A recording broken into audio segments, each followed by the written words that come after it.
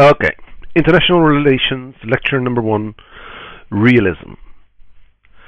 This series of podcasts or lectures is not meant to give a lot of insight in all the theories that we are going to discuss in this course at the level of content. It's mainly going to focus on the intellectual background of these theories, where they philosophically and historically come from, the way they entered into international relations, and the role they ended up having within the field of international relations. So, rather than focusing on all the theoretical ins and outs of these theories, these lectures are going to be much more contextual and give you a broader picture of the roles that these theories have played over the years. They are therefore not meant as an alternative to the reading, but rather as a contextualizing of the reading. So, okay, the beginnings of international relations. International relations as an academic discipline is a fairly new thing and started out in the early 20th century. This was a period of time in which there were new international dynamics taking place. Roughly, the 19th century had been a century of relative stability and peacefulness. There were several conflicts, but compared to previous eras, it had been relatively quiet. However, in the late 19th century, nationalism and this idea of the nation state, that each people should have its own state, became very dominant and very prominent in European politics, giving rise to all kinds of new conflicts in the European context. And it was thus that the era of British-dominated free trade and relative stability started to end and make way for a new period of conflictual politics.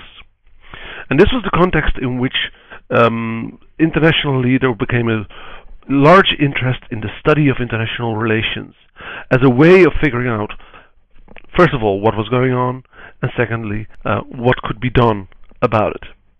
And it was in this context that the first chair for international politics was set up at the University of Aberystwyth in Wales, the Woodrow Wilson Chair of International Politics in 1939, if I'm correct. And it was in this period of time that the first great debate took place in the international relations community. And this first debate was a debate between realism on the one hand and idealism on the other hand. The big question was, should we understand the world of international politics in terms of how we would like it to be and work our way towards that utopia, or should we just start out with how it really is, accept that as a fact, and maybe after we've studied it thoroughly the way it really is, find ways of maybe mitigating where it comes from, where it's going, changing it in the process. Roughly, this was an attack on what you could call Wilsonian politics.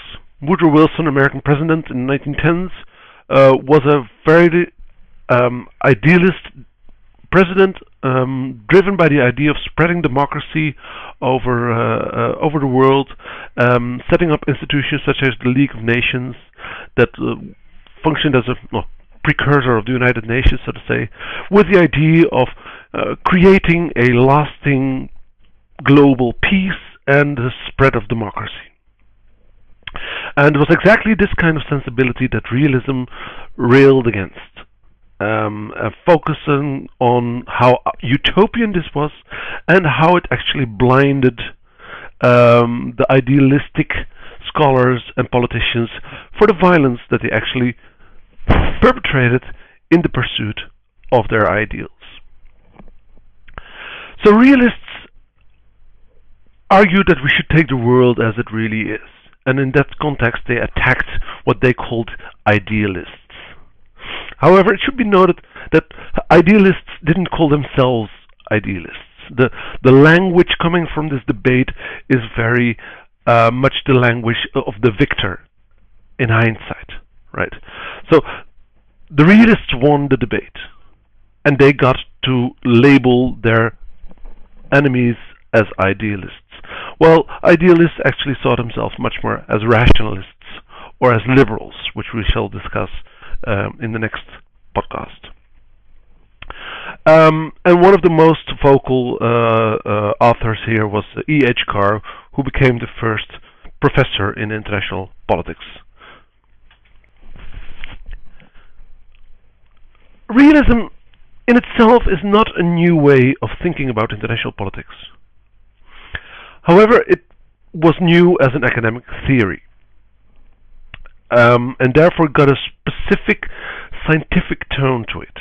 As we shall see, its purpose was to provide a science of international politics that could study the real laws of behavior of the international. Before this time, realism was mostly known as a school in political theory or political thought or political philosophy. And the central idea was that violent conflict, warfare, violence, and power play are pretty much inevitable, and they cannot be escaped. This way of thinking, realism, can be traced back to the ancient Greeks, for instance by invoking Thucydides, a Greek historian who described the Peloponnesian War between Athens and Sparta. And in his analysis, in which he emphasizes the scientificness of his approach as a historian, right, looking at the conflict as it really is, rather than just telling the tale of some victor or the tale of some loser, right? He concluded that, objectively speaking, all that what counts in politics, in war, is power, right?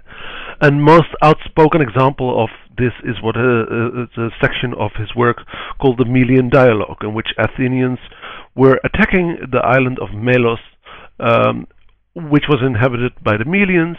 Melians were heavily outnumbered and were not in a position to fight the Athenians properly. So the Athenians declared that they should just surrender themselves and become slaves of the Athenians. The Melians refused on the basis of ethics. They said it would be wrong for us to surrender ourselves and it would be wrong for you to enslave us. We've got right on our side. We've got justice on our side. The Athenians' response was basically, well, who cares? As long as we have the power to enslave you, we don't have a lot of choice. Why shouldn't we use our power to enslave you? Was very much epitomized by the Athenian saying, the strong do what they can, and the weak suffer what they must. So already in this ancient Greek story, we see that in international politics, power precedes or even transcends ethics, right? And poor Melians, they suffered a pretty horrible fate in the end. Another quite well-known articulator of realism in political theory was Machiavelli, particularly in his work The Prince, in which he gives a lot of advice to powerful leaders or leaders in general about how to govern. And his emphasis is very much that being a leader is staying in power. So what is important for being a prince in this case is the ability to stay in power. And this you do by forging alliances, but also by garnering as much power for yourself as possible, right? So whereas he didn't deny that as a leader you might want to be loved by your people, but he says it's all the more important that you're at least feared, and then you may be loved too, but only fear will guarantee you the continuation of your power.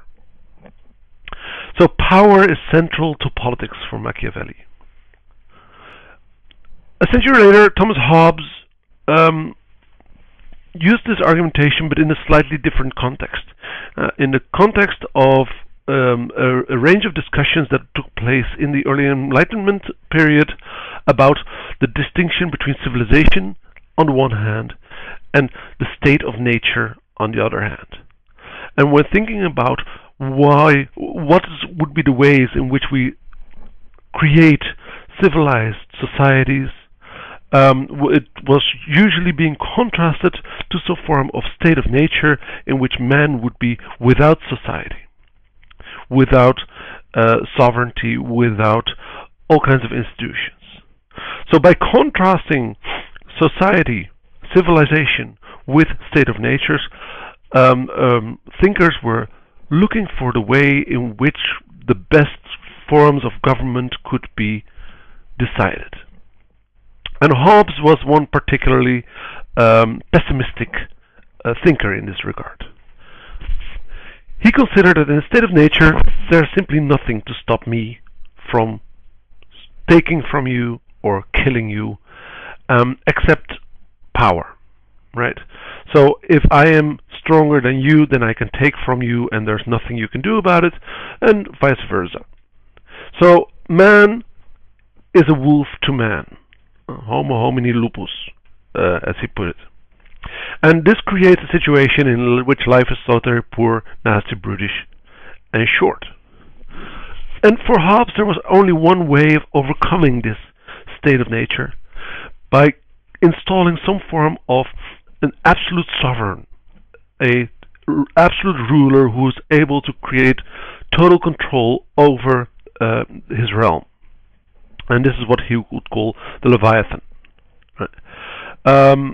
That wouldn't necessarily mean that this ruler is somehow nice or benevolent. No, quite to the contrary, that ruler will probably be very harsh. But still, this is better for Hobbes than having no ruler at all. The important thing here is that the state of nature, this idea of an anarchy in which there is no authority or institutional arrangements that create stability in civilization, is something that we can recognize very much in the realm of the international. Right? So, domestically, each state has an authority, has a leadership system, a political system, a legal system, etc., etc. But in the realm of the international, we lack such institutions. So therefore we are, according to Hobbes, in a state of nature, without authority.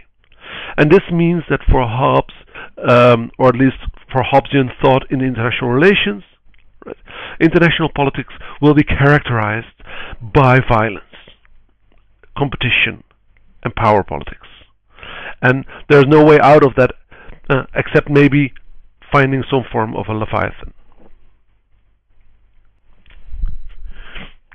In the 19th century, realist thought got an interesting interpretation by General von Clausewitz, who wrote his work of war in the 1830s, in which he coined the interesting novel idea that this distinction between regular politics on the one hand and warfare on the other hand, that was so often made, actually was very nonsensical.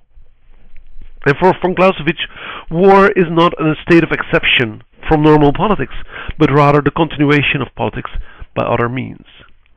So in this line of realist thinking, actually all politics already is in some way warfare, right? And only a sort of a technical transformation makes it into real warfare. But politics is always fighting over power, over interests, in a very competitive and zero-sum kind of way.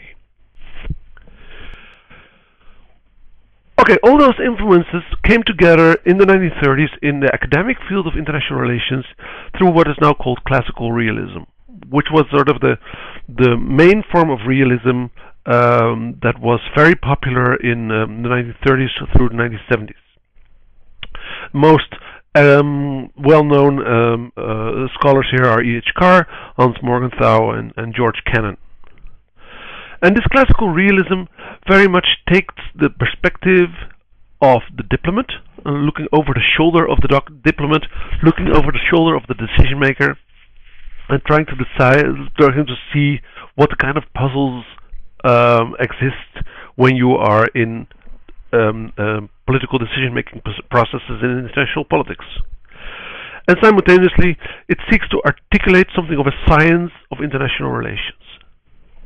So the work of Hans Morgenthau, most well known for his Politics Among Nations from 1948, and he starts very explicitly with the idea of a science of international politics by stating that politics is ruled by objective laws, and those laws have their roots in human nature. For Morgenthau, it was human greed and lust for power that underlied the dynamics of international politics. He continues by stating that politics is interest defined in terms of power, and therefore politics is always about achieving power. For Morgenthau, states should act rationally, weighing their benefits and their costs of each move carefully, and ethics are not unimportant, but interests are always more important to states. So ethical puzzles come after the decision of interest-based choices. In 1979, Kenneth Waltz published Theory of International Politics, which was a landslide book, one of the most quoted and most famous IR books ever.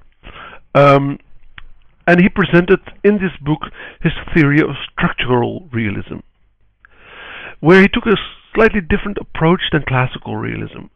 Classical realism looking over the shoulder of diplomats, looking at the micro level of decision-making and policy puzzles. Structural realism actually looks from above, from the international structure, and try to see how the international structure governs the behavior of states.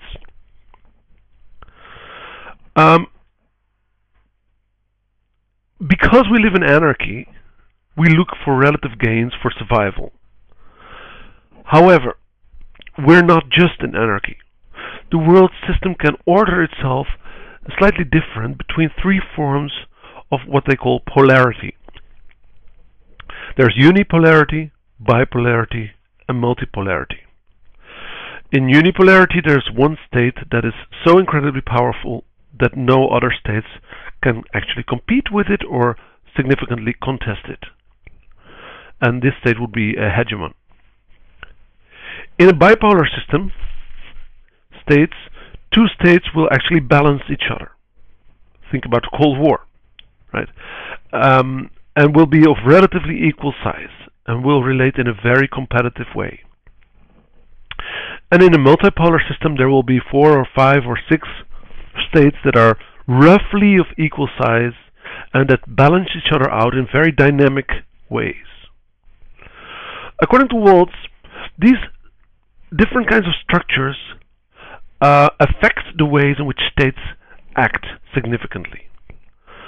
So if you are a small state and you live in a bipolar world, you'll have to choose sides between the one or the other. If you are in a multipolar world, there's much more balance of power games that are going on. So the behavior of states will actually change with the polarity of the international system. Out of structural realism developed what we now call Neorealism, although sometimes the two are considered to be more or less overlapping. Neorealism is still quite popular and looks less at survival and more towards the relative power games between states. It's not so much focused on polarity, although it acknowledges polarity very much, but very much much more focuses on the role of great powers and how they interact. So for a neorealist analysis, the rise of China nowadays is a big issue, for instance, and it's always understood in terms of, is this now leading to a loss of power for the United States? The quintessential guy you want to read here is John Mersheimer, whose Tragedy of Great Power Politics is also a classic of international politics. And they, in Neorealism, scholars puzzle with issues like the distinction between offensive realism and defensive realism, in which offensive realists would argue that states always want to garner much more power, regardless of the circumstances, whilst defensive realists would argue that states will garner as much power as they need to feel safe, and then can stop trying to get more military capabilities. Finally, sort of a recent development in IR realism is called neoclassical realism, which is not so very profoundly developed academically, but is very popular in the world of pundits and of opinion makers. It combines insight from neorealism and classical realism. It maintains the idea of competition and anarchy, but it puts more emphasis on leaders and perceptions. And it's all about what is the best policy for this or that kind of puzzle, right? So, for instance, when it comes to United States relations with Iran, right? On the one hand, we want to balance Iran in the sense that we want to stop them or to stop them appropriating nuclear weapons, right? And then for a neoclassical realism, the puzzle would be, okay, when do you know when you're balancing them, trying to stop them, so to say, appropriately, or when you're overbalancing, and if you're pushing them too hard, actually the result can be a counter against your own interest, right? Okay, so to wrap this up, some questions. First one, realism has appropriated the word real as a sort of a flag of where they are standing and where they're coming from. Is that actually true? Is the description of realism of the world actually something that we find very recognizable?